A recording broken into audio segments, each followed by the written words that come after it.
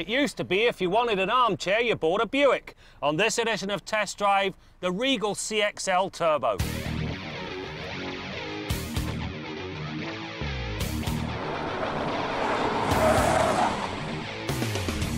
After disappearing for a number of years, the Regal nameplate returned to a car that was heavily based on the European Opel insignia.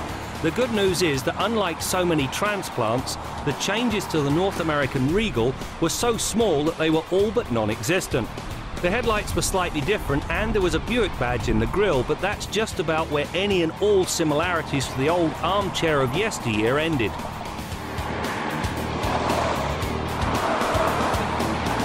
The cabin of this Regal, especially if you go with the CXL and add the optional package, has been done out very nicely.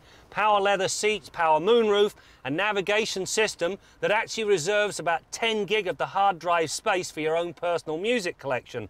You'll also find a Harman Kardon audio system, again, very rich to the sound. However, there's one glaring omission. There is no backup camera. This is not a cheap car. There are vehicles that cost half as much, and it's standard equipment. The Buick shines in the manner in which it straightens a twisty road, and it does so while delivering remarkable comfort given the sportier overtones. There's very little body roll, understeer is a long way out, and the feedback afforded by the steering is both poised and predictable. These traits and the turbo's larger 245/40R19 tyres combine to give the driver a true sense of what's happening where rubber meets road. Now that's a 180 from the previous vagueness that once defined Buick. At the back end, the Regal's been well thought through. To begin with, there's plenty of room in the back seat for two adults to sit in comfort. And when you get around to the back end, a couple of things I like. First of all, a proper handle on the deck lid, as it should be. There's also plenty of space, minimal intrusion, 60/40 split folding rear seats, and a nice large opening. The one thing that impressed me, they took the time to box these hinges. They were thinking.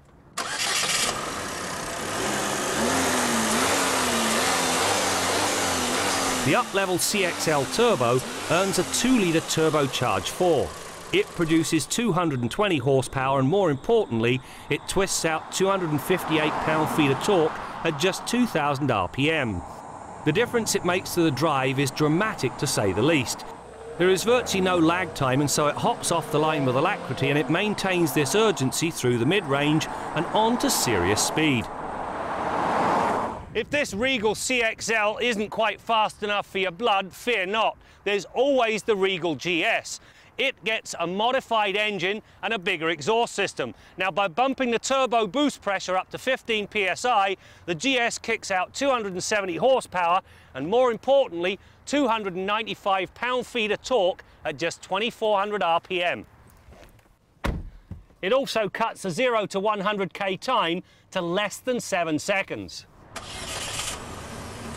Part of the reason the Regal feels alive, turbo aside, is the 6-speed manumatic transmission. The first 5 gears are such that the engine stays in the heart of the power band as the Regal is accelerated to speed. Once cruising, 6th gear looks after the fuel economy and keeps the engine's noise at a discreet level. There's also a manual gate, although it saw seldom use because the box is best left to its own devices. The reason this Regal GS is not an armchair is quite simple. This car is based on the Opel insignia, and to GM's credit, they didn't soften it when they brought it across the pond. I don't really care for the base Regal. I do like this CXL Turbo because it adds a bit of spice.